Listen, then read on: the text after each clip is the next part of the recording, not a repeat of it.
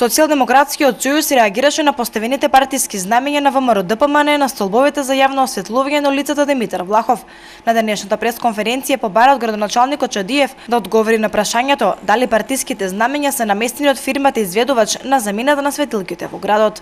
Во Велес може да се видат повеќе партиски знамења на ВМРО-ДПМН отколку што се поставуваат државни и општински знамења за време на било кој државен или општински празник. На што личи ова, освен на партиска држава? Дали се точни нашите информации кои говорат дека партиските знамења на ВМРО-ДПМН ги поставувала токму онаа фирма која го има добиено тендерот од општина Велес за сервисирање, монтажа и одржување на јавното осветлување во градот?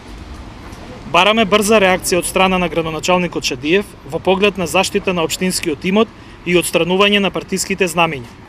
Прозван да одговори на прашањето, градоначалникот Чадиев изјави дека тој нема дадено било каков налог за истата фирма која врши смена на светилките да поставува партиски знамења.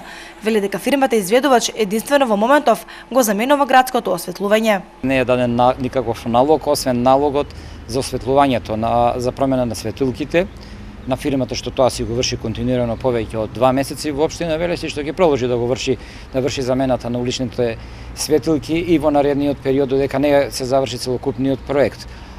Значи воопшто не е даден налог на никого за такво нешто да се прави, поготово на таа фирма.